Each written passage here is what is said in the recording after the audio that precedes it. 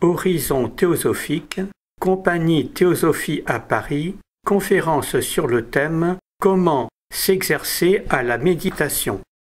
Le sujet ce soir, comment s'exercer à la méditation, c'est un sujet qui, bien entendu, a préoccupé l'Orient et l'Occident d'ailleurs, mais surtout l'Orient depuis des millénaires.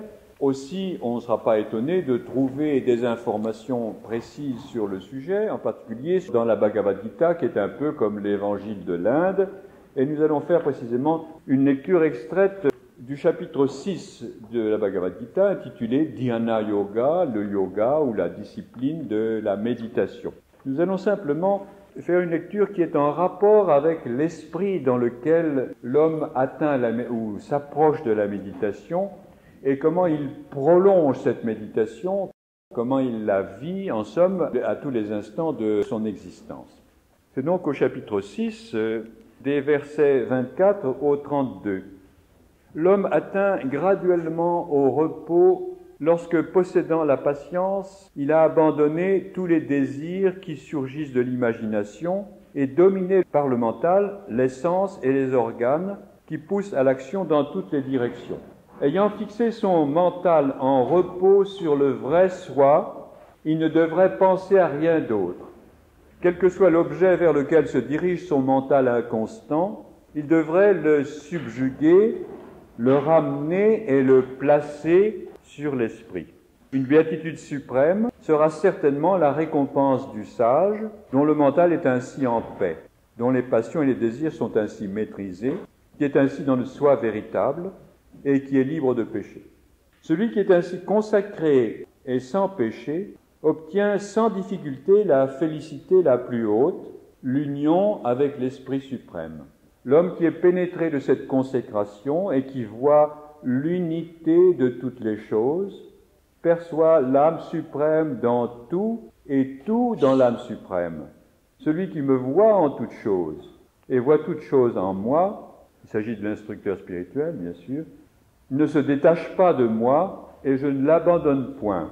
Et quiconque, croyant à l'unité spirituelle, m'honore, moi qui suis en toutes choses et demeure avec moi, quelle que soit la condition dans laquelle il se trouve, celui, ô Arjuna, qui en raison de la similitude trouvée en lui-même, ne voit qu'une seule essence en toutes choses, bonne ou mauvaise, celui-là est considéré comme le fidèle consacré par excellence. Amis, quand on entend cette lecture, on se rend compte que la méditation est une affaire essentiellement d'éducation du mental et d'éducation du cœur. Alors, comme on a peu de temps pour être ensemble ce soir et que nous sommes tous invités à aller à l'essentiel, il nous semble que c'est en effet une idée essentielle de voir que la méditation est une question de l'homme intérieur et non pas de l'homme extérieur. Bien sûr, l'homme extérieur a sa part dans la méditation. Et il est plus facile de s'installer à méditer si on est tranquille chez soi, dans un lieu bien choisi et que l'on réserve à cet effet. Si on a un logis suffisamment grand pour choisir un coin à soi, afin qu'il soit l'image et l'aspect vivant d'un lieu extérieur qui symbolise une démarche qui, elle, va se passer dans un lieu intérieur. C'est important aussi de s'occuper des conditions d'hygiène du lieu, de propreté, d'aérer la pièce, de faire en sorte qu'il n'y ait pas de mauvaise odeur, que ce ne soit pas un endroit renfermé, mais que le corps s'y sente bien et que la mémoire du corps soit sollicitée vers un calme et une plus grande concentration. C'est important de savoir comment on va s'asseoir. Ce n'est pas la peine de souffrir et d'ajouter au corps des tensions. Ce qui est recommandé par la théosophie, c'est la position normale pour un individu donné. Peut-être que pour l'oriental, ce sera la position assise en tailleur ou en lotus. Mais pour l'occidental, il y a beaucoup plus de chances qu'il soit confortable, assis droit sur une chaise. Et la colonne vertébrale droite, la tête droite et ferme sur les épaules, représente une attitude intérieure qui est droite et qui veut aller de l'inférieur vers le haut ou vers le supérieur. et qui par conséquent représente aussi la volonté active. Dans la mesure où on peut faire cette méditation à heure fixe, cela fait bénéficier de la loi des cycles, de même que nous avons faim à la même heure parce que nous avons pris l'habitude de manger à une certaine heure et que nous avons sommeil à une autre parce que nous avons pris l'habitude de dormir à cette heure-là, sans aucun doute, le cycle, l'heure choisie et répétitive de la méditation a sa nécessité, est une aide sur le plan extérieur et qui va quand même aussi influencer le plan intérieur, dans ce sens que le mental lui-même se plie à la nature des cycles. Donc la loi des cycles apportera sa contribution, son énergie propre à une disposition intérieure qui sera le moment de la méditation. Ceci étant dit, il y a des moments dans la journée qui sont plus favorables. Ce sont les moments où on a l'esprit relativement libre. Si on regarde ce qu'est la journée, on se rend compte que le matin, quand on se réveille, il y a un moment privilégié où le mental a décanté tous ses problèmes pendant la nuit et où il est en quelque sorte plus souple, plus prêt à un exercice. D'où la théosophie conseille, essayons de méditer le matin dès le réveil. Il faut être réveillé et tout à fait plein d'énergie. Mais prenons l'habitude, par exemple, dès que l'on se réveille, sans préparation particulière, parce que l'essentiel c'est la méditation et ce n'est pas le vêtement qu'on va mettre, la position de la chaise par rapport au nord, au sud, ou à l'est ou à l'ouest, qui est important, mais c'est la direction de l'être intérieur vers sa polarité spirituelle. Essayons de faire les choses le plus simplement possible. Ne nous lançons pas dans des habitudes de préparatifs qui prennent du temps sur la méditation et qui finalement ne sont pas essentielles. On se lève et avant même le petit déjeuner et avant toute démarche, discours ou dialogue avec les autres, on prend un temps de méditation. Le temps de méditation qui est conseillé est une demi-heure, mais celui qui va commencer à faire cet exercice va tout de suite se rendre compte de la difficulté qu'il y a à méditer pendant une demi-heure, comme le sujet de la méditation, et d'exercer le mental à quelque chose. Il ne s'agit pas de le laisser se balader dans tous les sens, se laisser envahir par la mémoire, ou par les émotions, ou par les odeurs, ou par les sons. Il faut donc commencer par le commencement, et c'est là qu'on va s'apercevoir que le commencement n'était pas là où on pensait. Il y a une phrase amusante qu'on pourrait se répéter comme ça de temps en temps, c'est que finalement, la méditation, ce n'est pas ce que vous pensez. Et c'est vrai jusqu'au bout. Tant qu'il y aura un processus d'activité mentale, ce ne sera pas la méditation. Et tant que ce mental sera sollicité par les sens ou par la mémoire, ce ne sera pas la méditation. Une demi-heure, c'est beaucoup. Dans ce cas, il va falloir commencer à mettre de l'ordre en soi. Mais tout d'abord, on pourrait se demander, finalement, la méditation, en quoi ça consiste? Qu'est-ce que c'est? Dans l'idée de la méditation, il y a le sujet qui médite, dans ce cas, ce sera l'homme personnel, le pouvoir de penser, qui va être soutenu par la motivation, c'est-à-dire l'énergie du cœur, le désir de réaliser quelque chose.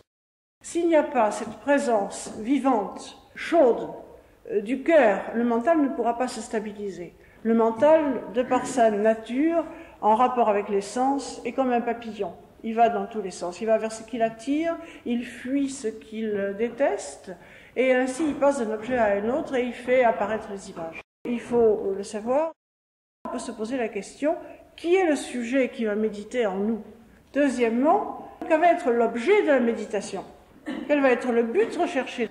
Méditation invite à penser qu'il s'agit de prendre le plus grand soin pour obtenir quelque chose.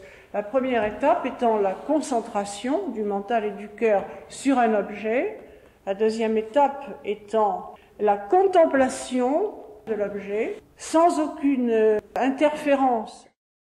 Et le troisième volet de la méditation réussie, c'est la pénétration de l'objet, c'est-à-dire l'union avec l'objet. Quel est l'objet de la méditation? Et c'est là où on s'aperçoit qu'on est ignorant. Par exemple, quand on ouvre un petit livre comme celui-ci, La Voix du silence, on voit que le premier paragraphe est un avertissement des dangers du psychisme qui attendent l'homme qui veut entrer dans sa vie intérieure. Ça, c'est facile à comprendre. Quand nous nous endormons, nous nous rendons compte que nous passons par une expérience de rêve.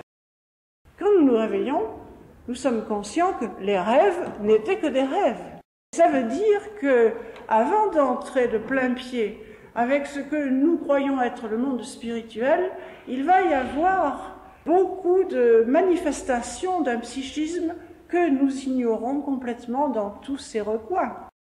Premier avertissement, attention, il ne s'agit pas de passer d'une vie de veille où on est à peu près convenable, dans une vie d'état intermédiaire dans lequel le mental deviendrait passif, réceptif à toutes sortes d'influences, et où le cœur pourrait s'emballer, c'est-à-dire permettre à ce mental de s'attacher à des expériences qui peuvent avoir des aspects merveilleux au premier abord, mais qui finalement sont des feux follets de la vie intérieure. C'est des images, des projections, ou bien des réalités qui existent sur ce plan entre le spirituel et le physique, et qui est ce monde du psychisme. Et à ce moment-là, le pouvoir créateur de la pensée va créer des nœuds, des liens avec ces images, de telle sorte que nous aurons plus tard à résoudre nos problèmes que nous avons créés au cours de notre vie, où nous sommes conscients, vigilants, et où nous avons tous les atouts de notre pouvoir de pensée en nous, mais nous aurons également à dénouer des liens que nous aurons créés inutilement et parfois qui représentent de véritables dangers. La méditation dont parle la théosophie, c'est quelque chose de très sérieux et il va falloir trouver le moyen de comprendre ce qui va se passer afin de faire des exercices appropriés. Quels sont les grands obstacles à la méditation pour que nous puissions trouver des recettes pour commencer à nous exercer à la méditation? Ils sont très simples. Le premier grand obstacle, c'est l'ignorance.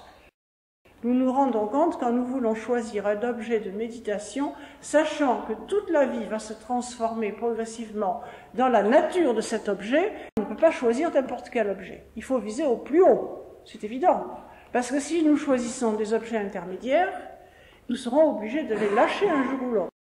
Le pouvoir d'identification que nous portons en nous et qui fait dire à chacun et à tous, quand on parle de son corps, c'est moi, quand on se regarde dans la glace, alors qu'il est bien évident que ce moi qu'on regarde dans la glace, c'est un corps, et ce n'est pas vraiment l'homme intérieur qui pense et qui agit à travers un corps. On peut s'imaginer comment ce pouvoir d'identification, non éclairé par l'étude, la réflexion et la métaphysique, peut s'attacher à des formes d'expériences mystiques extraordinaires et rester prisonnier pendant des âges de ces images ou de ces expériences mystiques qui ne sont que parcellaires par rapport à l'infini auquel on devrait se référer. Nous voyons, c'est l'ignorance. À des degrés divers, mais très probablement sur une échelle à peu près identique, nous souffrons de l'ignorance. Alors que faire contre l'ignorance ? Quel est le remède contre l'ignorance si ce n'est la connaissance, la recherche de la connaissance ? Malheureusement, cette connaissance, elle n'est pas transmissible. On ne peut pas avoir de moyens particuliers pour la découvrir si ce n'est que le mental, l'intelligence dont nous disposons, est enraciné dans un pouvoir cosmique et par conséquent quasi omniscient. Ce qui veut dire que nous portons en nous la connaissance, mais que cette connaissance, nous n'avons pas su encore en accoucher, nous n'avons pas su la faire apparaître. Ce sont des livres comme La Voix du Silence, la Bhagavad Gita, les Évangiles, la théosophie telle qu'elle a été écrite au siècle dernier par Madame Blavatsky, qui donne de la nourriture à notre mental pour qu'il élève sa pensée, pour qu'il universalise sa pensée. C'est-à-dire qu'il accepte de voir qu'au-delà de tout ce qui est séparé, il y a une grande unité profonde de la vie. Il y a un principe qui soutient tous les êtres. En étudiant cette théosophie, on découvre par exemple que les idées que les religions exotériques ont développées au cours des temps, surtout à propos du divin, ce sont généralement des représentations parcellaires du divin, c'est-à-dire une représentation dans le temps et l'espace d'un être qui a des qualités, qui a des pouvoirs et qui a des interférences avec le monde dans lequel il s'exprime. Pour la théosophie, il faut tirer un trait définitif sur tout ce qui n'est pas infini, éternel, immuable, inchangeable. Tant qu'on n'a pas retrouvé cette racine infinie, immuable, absolue de l'être et de l'univers, on est dans un monde de changement et un monde qu'il faut remettre en question complètement. C'est difficile. Il n'y a pas une fibre de notre être d'aujourd'hui qui pourrait supporter cette dimension qui est tellement au-delà de toutes les dimensions. En quoi la connaissance peut-elle devenir une démarche vers la méditation ? Eh bien parce qu'elle nous amène à regarder les choses pour que nous les découvrions en nous-mêmes.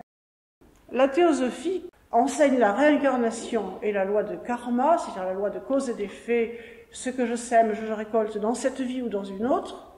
Cette vision de la réincarnation fait postuler cette idée que nous sommes une âme qui habite un corps. Entre le divin et ce corps que nous connaissons, et cet homme qui a aujourd'hui dans cette vie un nom, une étiquette, des caractéristiques liées à la race dans laquelle il est, à la famille dans laquelle il est né, la nation, le métier, les contacts extérieurs qu'il a avec les autres, et qui fait qu'il a cette personnalité-là. Eh bien, entre le divin infini et cet homme, il y a cet homme réel, ce pèlerin éternel qui va de vie en vie et qui récolte la semence spirituelle de chaque vie pour finalement se tisser un psychisme spirituel qui lui permettra de devenir un Dieu individuel, manifesté, un homme qui aura élevé sa stature de penseur, enfermé dans sa coque d'ignorance, pour, au contraire, le faire rayonner dans un altruisme généreux, dans une connaissance qui pénètre le cœur et les mystères de l'être, et qui, dans ce sens, reflète sur le plan incarné les grandes valeurs de ses racines spirituelles. Si nous sommes conscients d'être ignorants, il est grand temps de se mettre à l'ouvrage et d'essayer de découvrir quel est cet homme permanent en soi, parce qu'on ne pourra pas toucher les franges ou la lumière du divin tant qu'on n'aura pas éveillé cet ego intérieur. C'est comme un poste intérieur que l'on voudrait oblitérer pour aller directement plus loin, alors que les sens spirituels qui permettent d'accéder à la connaissance spirituelle se trouvent là. On ne va pas accéder à la connaissance spirituelle authentique avec des sens physiques, ni avec des sens purement psychiques. Il va falloir que ces sens psychiques s'éduquent à devenir des transmetteurs de sens spirituels que l'on trouve dans le sommeil profond ou dans les rêves prophétiques ou symboliques qui commencent à se manifester à ce moment-là. Nous apercevons donc que nous sommes ignorants. Première démarche pour aller vers la méditation, c'est découvrir que sommes-nous et quel est l'objet de méditation le plus élevé, celui qui sera le compagnon de notre vie et de nos vies. Ça, c'est la première question. La deuxième question, après l'ignorance, vient immédiatement l'égoïsme. Parce que nous ne savons pas l'origine, ni la destinée qui nous attend, ni les tenants, ni les aboutissants de la vie et de tout ce qui vit de l'univers lui-même. Alors, nous créons autour de ce moi personnel des barrières pour protéger notre territoire. Et tous les pouvoirs spirituels qui sont à l'origine de notre conscience sont utilisés à des fins qui tournent autour de ce pivot du moi. Avec l'idée de la méditation, il va falloir trouver un remède à ça. On ne peut pas aller s'ouvrir vers le divin, ce qui est universel, qui est dans le cœur de toutes les créatures, non seulement des hommes, mais de tout ce qui vit dans la nature. C'est-à-dire la conscience universelle, cette conscience qui monte de règne en règne pour arriver au règne humain et s'épanouir ensuite dans un règne d'entité divine. On ne peut pas continuer à vivre enfermé, il va falloir commencer à élargir son horizon. Travailler sur l'égoïsme, c'est évidemment s'ouvrir à l'altruisme, tourner son regard vers les autres, échanger, partager, découvrir ensemble, créer des liens avec les autres. C'est-à-dire ne pas avoir peur de s'engager dans la vie. Et nous allons voir que toutes ces choses-là, finalement, demandent un effort permanent. C'est aussi le deuxième exercice pour aller vers la méditation. Tant qu'on reste égoïste, centré sur soi, on a forcément des peurs, des angoisses, on a des désirs très forts de réaliser des choses. Attraction, répulsion, c'est le troisième obstacle terrible à la méditation, attraction, répulsion, qui font que nous allons vers ce qui est plaisant, nous essayons de fuir ce qui est déplaisant, et pendant ce temps-là, nous agissons sous l'impulsion d'un pilote automatique identifié aux sensations et aux sens physiques qui va réagir pour ne pas souffrir ou pour être heureux. Ces automatismes, nous les connaissons très bien. Nous vivons avec tous les jours. La méditation, c'est juste l'inverse de l'automatisme. C'est un moment de créativité où l'homme décide d'induire un processus de pensée et par son autodétermination, sa volonté va faire un acte de volonté. C'est juste l'inverse de l'attraction et répulsion. C'est la chose qui est décidée. Nous devons nous exercer. Déjà, dans la vie, à l'échelle de tous les petits événements de la vie quotidienne, à être des êtres de créativité, qui ne sont pas comme l'écureuil dans sa cage, qui tourne toujours et qui revient toujours au même point, toujours avec la même idée, qui a des conceptions et qui pense comme ça et qui voit comme ça et qui ne change pas. Bien sûr que depuis le temps où l'enfant naît jusqu'à l'adolescence, nous voyons le changement.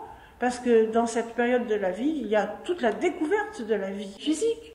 Si nous nous lançons dans le cheminement de la méditation, ce doit être un commencement de créativité parce que nous allons nous lancer dans la découverte de la vie intérieure. Et ça ne peut pas être neutre. Nous voyons le remède et il faut s'y mettre. Le quatrième point, c'est la soif de vie, c'est-à-dire l'attachement à la vie. On étudie la mort, on parle de la mort, on dédramatise la mort, mais au fond, tout le monde aime la vie. Il y a une soif naturelle qui est le pouvoir de cohésion de notre vie. Et c'est naturel parce que ça fait partie de l'évolution d'avoir ce pivot de la soif de vie. Mais cette soif de vie, elle est nourrie d'une façon abusive, artificielle, par nos attachements à nos désirs et aux objets de nos désirs.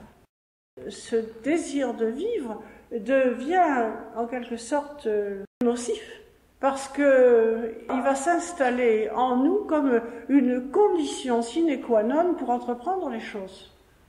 La méditation va inviter l'homme à quitter ce sentiment de besoin d'être dans le corps pour sentir la vie, pour faire que cette soif de vie ne devienne pas une soif de vie éternelle, mais devienne d'une façon naturelle un élan, une démarche, un pouvoir de cohésion qui va entraîner tout l'être vers la vie permanente, c'est-à-dire ce qui finalement est le grand but de l'humanité, ce que d'autres appellent l'immortalité. L'immortalité véritable, ce n'est pas l'immortalité dans un corps physique, c'est l'immortalité de tous les pouvoirs de conscience que nous manifestons en ce moment sur le plan physique, avec le pouvoir de voir le monde objectivement, le pouvoir du choix, le pouvoir de se souvenir du passé, de faire des projets pour l'avenir, le pouvoir du choix sur le plan moral. Ce sont des pouvoirs que nous exerçons quand nous sommes incarnés parce que nous sommes complets sur le plan physique. Dès que nous quittons ce plan physique, cette conscience a ces pouvoirs qui se trouvent altérés dans leur expression. C'est ainsi que l'immortalité de la soi-conscience, ou de la conscience réfléchie, que nous sommes en train d'exercer en ce moment, n'existe pas. Pas plus qu'elle n'existe sur le plan du sommeil profond, que nous traversons sans savoir que nous sommes en train de faire quelque chose dans ce sommeil profond. L'immortalité, c'est évidemment le résultat de l'exercice de la méditation qui va transférer tous les pouvoirs de l'homme progressivement sur le plan de l'être réel, de ce pèlerin qui va de vie en vie. Nous voyons le travail qui reste à faire, parce que nous sommes pris complètement dans l'illusion. Dans ce livre, qui commence par un avertissement sur tous les dangers du monde intermédiaire psychique, il y a un avertissement très très fort, c'est le mental est le tueur du réel. C'est sur le plan du mental que se trouve toute la difficulté de notre vie. Parce que le mental a une capacité à la fois de recevoir de l'intérieur, mais aussi de recevoir de l'extérieur. Et évidemment, comme la plupart du temps nous sommes tournés vers le monde extérieur, ce mental n'a plus la possibilité, la perméabilité et la souplesse de faire passer ce qui est à l'intérieur. L'exercice pour aller vers la méditation consistera à essayer d'acquérir la maîtrise du mental. C'est en même temps acquérir la maîtrise des désirs. Comment maîtriser les désirs? Est-ce qu'on va les écraser, les étouffer? Est-ce que c'est possible des énergies pareilles? Bien sûr que non. La seule chose que l'on puisse faire, c'est nourrir des désirs ou des aspirations d'une nature plus élevée qui, du même coup, privent les désirs inférieurs de toute énergie. On ne peut pas penser à deux choses à la fois et on ne peut pas désirer intensément dans deux directions opposées. Il va falloir préparer le terrain. Et c'est ce qui revient à dire qu'on ne peut pas commencer une méditation tant qu'il n'y a pas une certaine harmonie qui a été réalisée et tant que le mental n'a pas trouvé le sujet de sa méditation, l'objet de sa méditation.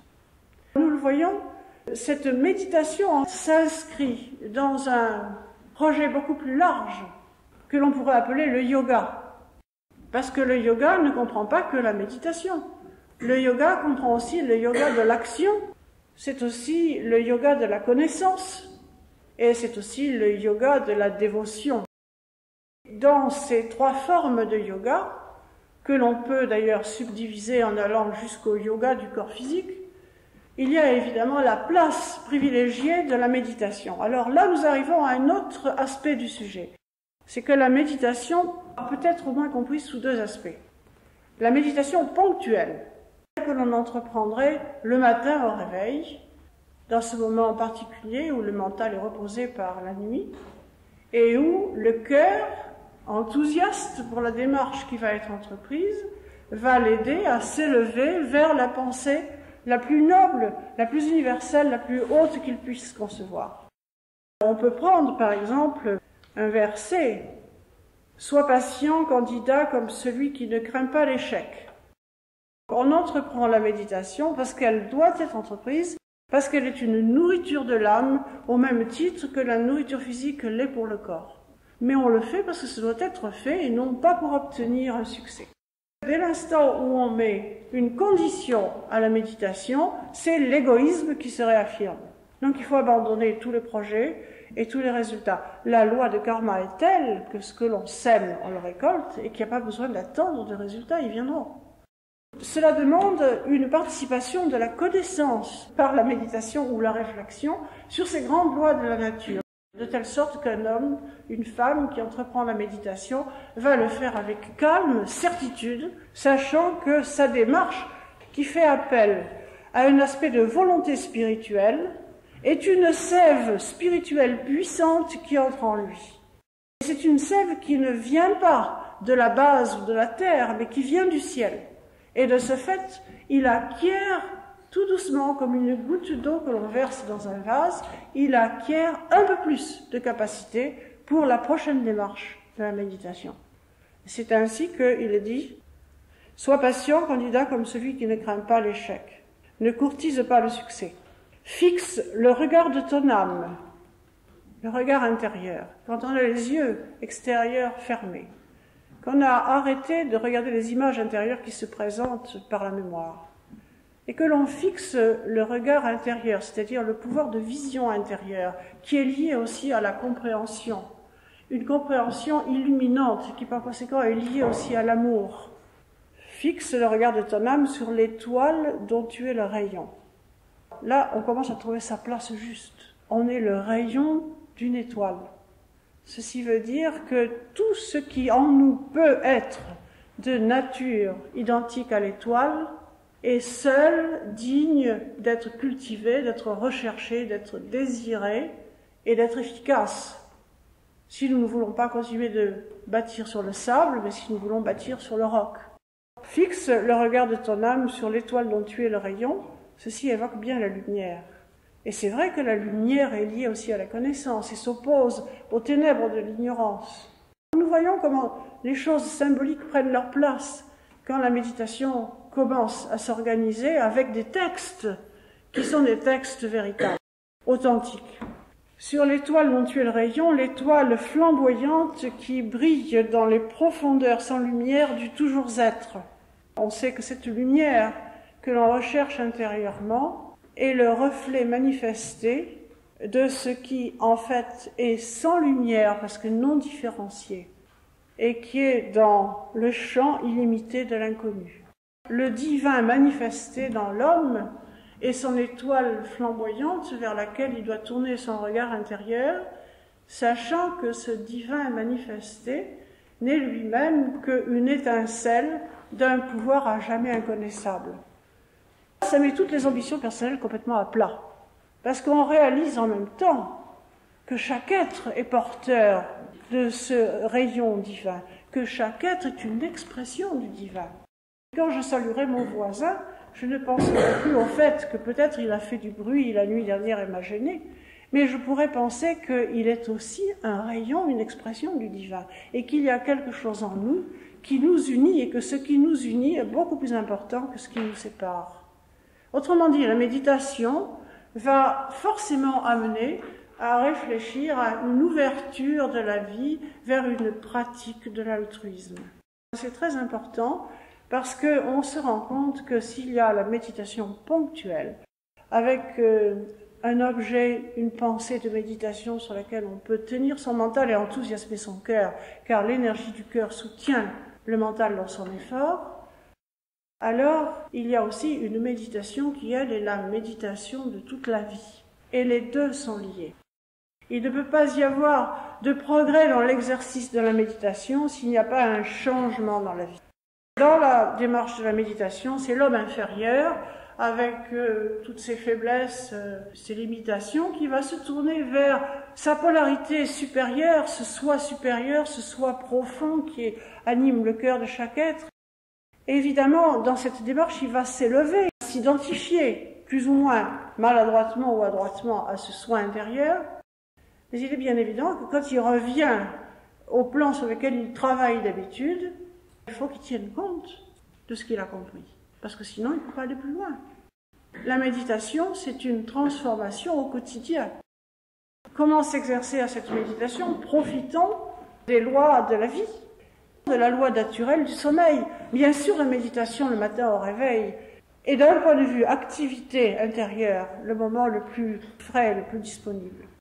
Il est certain que le soir avant de s'endormir, il y a toute une préparation avant que la conscience se retire d'une façon naturelle par le processus du sommeil jusque sur son plan, sur sa source. Pourquoi ne pas l'accompagner? Pourquoi tout simplement ne pas penser à cette phrase particulière, à cette idée particulière qui réveille les intuitions profondes que l'on porte en soi? Pourquoi ne pas les reprendre le soir avant de s'endormir et volontairement concentrer tout son amour et tout son pouvoir de connaissance sur une idée généreuse qui nous fait entrer dans la lumière de l'être transpersonnel que nous sommes réellement et qui n'est pas limité à cette personnalité. Si cette démarche est faite, progressivement, nous voyons bien que le soir et le matin, il y aura deux points forts dans la vie. Et évidemment, les pouvoirs de conscience intérieure qui ne demandent qu'à se développer. La voix de la conscience que nous entendons en est la preuve. C'est qu'au moment où on en a le moins envie, on entend cette voix intérieure. Ce qui veut dire qu'il y a en nous une espèce de dialogue permanent. Et quand ce dialogue permanent ne se fait pas entendre à travers la voix de la conscience, il se fait entendre à travers le rêve. Et si ce n'est pas à travers le rêve, alors ça peut être à travers la méditation. Et la méditation renforce le pouvoir de ramener des expériences que nous traduirons en rêve, mais qui seront de plus en plus spirituelles, ou qui, au contraire, réorganiseront la vie intérieure et nous aurons le sentiment de ne plus rêver. Mais il se passera des choses, parce qu'il y a une sorte de pont entre le moment de s'endormir et le moment de se réveiller, qui fera que la liaison, qui est déjà naturelle, par le fait que notre incarnation dans un corps physique n'est qu'une projection de cet homme intérieur, alors il y a un retour vers cet homme intérieur que nous sommes, qui a tout un passé cosmique avec lui. C'est la redécouverte de tout ce que nous possédons. Ainsi, dans ce petit livre, il est dit à celui qui commence à méditer que la vue divine et l'ouïe divine ne reviennent pas en un instant. Il faut plusieurs incarnations. Il faut une longue démarche et il faut une reconversion de ce que nous appelons notre vie pour la recentrer vers quelque chose d'essentiel. L'exercice de la méditation amène aussi à réfléchir au moment de la mort. Nous savons tous les expériences que font ces mourants qui ont été ranimés, ou ces gens qui ont été portés morts et qui ont été ranimés, qui décrivent plusieurs étapes, dont en particulier cette vision panoramique de la vie, dans laquelle ils se sont vus tels qu'ils étaient dans la vie et non pas tels qu'ils pensaient être ou paraître. Leur conscience personnelle, en s'approchant de leur sens profond, spirituel, de cet homme permanent qu'ils sont et qui est enraciné dans le divin, il y a eu comme une contagion d'omniscience. Non seulement les hommes et les femmes qui passent cette expérience voient leur vie dans tous les détails, mais ils comprennent le sens de leur vie. Et ensuite, ils entrent dans cette méditation, dans ce contact avec l'être de lumière. Nous voyons là quelque chose de très intéressant. Dans la méditation et dans la méditation de la vie, c'est-à-dire la mise en pratique dans la vie quotidienne de ce que l'on aura compris ou retiré de la méditation, il y a cet examen de conscience qui est recommandé par toutes les religions. Et ça, c'est pour simplement faire le point. Mais ne pas faire un examen de conscience pour s'excuser des erreurs qu'on a faites, en soi-même, un peu en passant l'éponge sur ce qui est un peu ennuyeux. Mais un examen de conscience comme le font les mourants. Cet examen qui consiste à se retirer du champ de bataille et à regarder comment le personnage automatique a agi et où il a fait des erreurs. Non pas pour le châtier, mais simplement pour faire ce qu'il faut afin qu'il reprenne une place plus juste et qu'il devienne le représentant réel de l'être intérieur. Nous le voyons, la théosophie, pour nous inviter à nous exercer à la méditation, remet en question tout ce que nous sommes aujourd'hui. Vouloir se lancer dans la méditation est un sentiment noble et c'est une nourriture indispensable que celle que l'on peut trouver dans la méditation. Parce que c'est rétablir volontairement, d'une façon consciente, un dialogue avec ce Père qui est dans le secret, sans confondre les aspirations refoulées, le psychisme avec les couleurs et les sons extraordinaires qui peuvent se déclencher, ou bien les effets de Kundalini qui peut s'éveiller, etc. Ne pas s'arrêter à ces choses. Ce n'est pas cela qui est important. Ce qui est important, c'est de découvrir la vision intérieure de la réalité des choses telles qu'elles sont et non pas telles qu'elles paraissent. Et il serait simple de se rappeler que la méditation n'est pas ce que l'on pense. La véritable méditation, c'est quand le mental est complètement arrêté. Pour donner une description précise de ce qu'est la méditation, quand elle est vraiment réussie, quand c'est vraiment le yoga et le samadhi qui est atteint, le corps est pratiquement en catalepsie. Et le mental est dans un état pratiquement comateux. Et c'est alors que tous les pouvoirs de la conscience vigilante ayant été transférés au-delà de ce que l'on appelle le corps astral lié immédiatement au corps physique, il peut y avoir des expériences mystiques qui sont ramenées à l'état de veille avec plus ou moins de mémoire active. Et c'est précisément tout le travail du yoga de faire apparaître jusqu'à la conscience physique de veille la mémoire des expériences intérieures. Ce genre de méditation, c'est probablement pas pour nous encore dans cette vie. Mais il faut quand même un jour commencer sur ce chemin de l'immortalisation de la conscience. Et la seule voie véritable, c'est celle de la méditation accompagnée de la transformation de tous les instants de la vie.